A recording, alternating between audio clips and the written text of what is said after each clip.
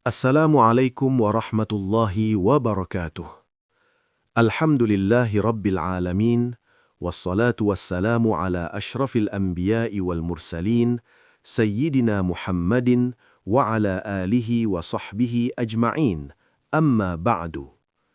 Sahabat beriman yang dirahmati Allah, malam nisfu Sya'ban sering disebut sebagai Lailatul Bara'ah atau malam pembebasan. Malam di mana buku catatan amal diangkat dan takdir setahun ke depan dikonfirmasi. Tapi, ritual yasinan 3 kali ini sering menjadi polemik. Sebelum kita masuk ke pembahasan inti, saya ingin mengajak Anda semua untuk mendukung channel ini agar terus bisa menyebarkan dakwah yang sejuk dan ilmiah. Setiap tahun, tepat di pertengahan bulan Syaban, umat Islam di Indonesia seolah terbelah menjadi dua kubu. Di satu sisi, masjid-masjid penuh sesak, gema surat Yasin membahana 3 kali berturut-turut, diiringi doa panjang memohon umur berkah, rezeki, dan ketetapan iman. Namun, di sisi lain, muncul narasi yang tak kalah kuat. Itu tidak ada tuntunannya. Itu hadisnya palsu, bahkan sampai pada label bid'ah yang sesat. Pertanyaannya, benarkah amalan membaca Yasin 3 kali di malam nisfu Syaban ini adalah sebuah kesalahan fatal dalam agama?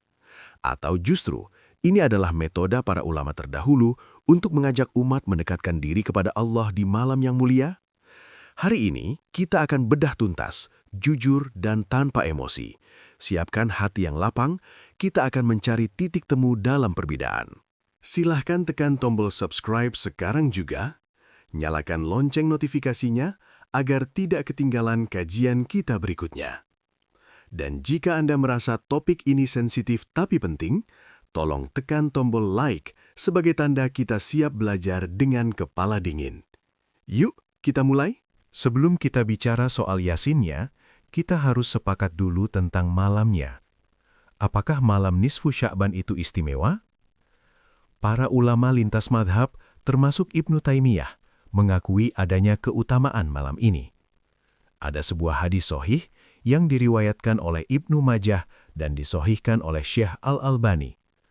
Sesungguhnya, Allah melihat kepada hamba-hambanya pada malam nisfu Sya'ban, maka Dia mengampuni semua makhluknya kecuali orang yang musyrik dan orang yang bermusuhan, musyahin. Jadi, poin pertama, malamnya memang mulia. Ini adalah malam obral pahala dan ampunan. Ini bukan malam biasa. Namun, masalah muncul ketika kita bicara tentang cara mengisinya.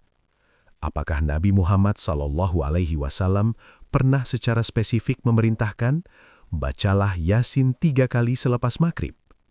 Jawabannya secara tekstual hadis, tidak ada. Tidak ada hadis marfu yang sampai langsung ke Nabi yang menyuruh spesifik baca Yasin 3 kali dengan niat-niat tertentu itu. Lalu, dari mana tradisi ini berasal? Apakah ini karangan orang Indonesia saja? Tradisi ini sebenarnya sudah dijalankan oleh banyak ulama di Syam, Yaman, dan kemudian menyebar ke Nusantara. Para ulama salaf atau terdahulu di negeri Syam seperti Khalid bin Ma'dan dan Makhul, mereka menghidupkan malam ini dengan ibadah. Adapun format Yasin 3 kali biasanya dilakukan setelah sholat maghrib dengan urutan niat sebagai berikut. Bacaan pertama diniatkan agar Allah memanjangkan umur dalam ketaatan. Bacaan kedua diniatkan agar dijauhkan dari bala atau bencana dan diberi rizki yang halal. Bacaan ketiga diniatkan agar hati kaya atau qanaah dan mati dalam keadaan husnul khotimah. Setiap selesai 1 kali bacaan Yasin, diselingi dengan doa nisfu Sya'ban yang masyhur, Allahumma ya dzal manni wa la yumannu alaik. Ini adalah bentuk ijtihad ulama, bukan hadis Nabi, tapi tajarub atau pengalaman spiritual orang-orang saleh yang merasa mendapatkan manfaat dari amalan ini. Kita harus adil. Mari kita dengarkan argumen saudara-saudara kita yang tidak setuju atau membid'ahkan amalan ini. Argumen mereka biasanya bersandar pada kaidah usul fikih yang kuat. Hukum asal ibadah adalah haram, terlarang, sampai ada dalil yang memerintahkannya. Bagi kelompok ini, mengkhususkan waktu tertentu, malam nisfu Sya'ban, dengan jumlah tertentu, 3 kali, dan surat tertentu, Yasin, membutuhkan dalil khusus. Jika Nabi tidak mencontohkan spesifik seperti itu, maka itu dianggap bid'ah idhofiyah, ibadah yang aslinya baik, baca Quran, tapi caranya dikarang-karang. Mereka khawatir jika ini terus dilakukan, masyarakat awam akan menganggap ini adalah kewajiban atau syariat yang datang langsung dari Nabi, padahal bukan. Ini adalah bentuk kehati-hatian menjaga kemurnian agama. Dan niat menjaga kemurnian ini harus kita hargai.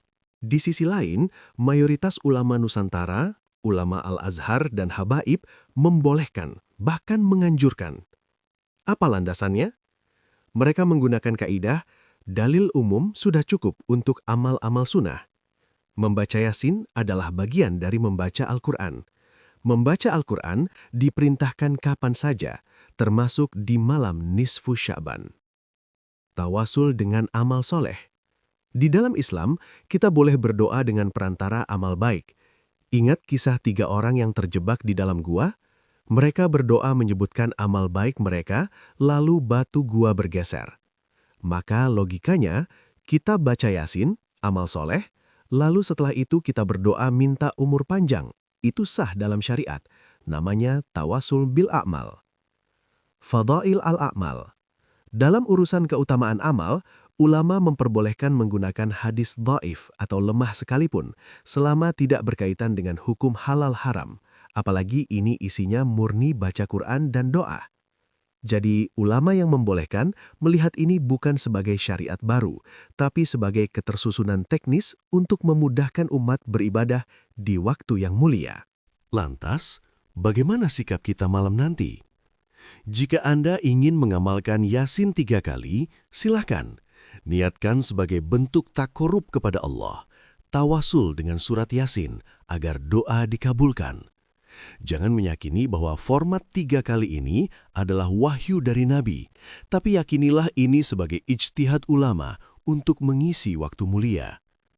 Jika Anda tidak ingin mengamalkannya, silakan. Anda bisa isi malam nisfu Sya'ban dengan sholat sunnah mutlak, baca surat lain, zikir, atau istighfar. Yang salah adalah orang yang baca Yasin tapi merasa lebih suci dan menyalahkan yang tidak baca. Orang yang tidak baca, tapi sibuk menuding saudara muslimnya yang sedang baca Quran sebagai ahli bid'ah dan sesat. Malam nisfu Sya'ban adalah malam pengampunan. Jangan sampai di malam pengampunan kita justru kehilangan ampunan Allah, karena hati kita sibuk membenci saudara sesama muslim hanya karena perbedaan masalah furu'iyah atau cabang. Semoga Allah bersihkan hati kita di bulan Sya'ban ini, dan sampaikan umur kita ke bulan Ramadan. Bagaimana menurut Anda? Apakah Anda tim yang ikut yasinan di masjid atau punya amalan sendiri di rumah? Tulis pengalaman Anda di kolom komentar ya. Kita diskusi dengan santun ya. Jangan lupa share video ini ke grup WhatsApp keluarga atau teman-teman supaya tidak ada lagi debat kusir menjelang nisfu Sya'ban. Terima kasih sudah menonton sampai habis. Wallahul muwafiq ilal aqwamit thoriq. Wassalamualaikum warahmatullahi wabarakatuh.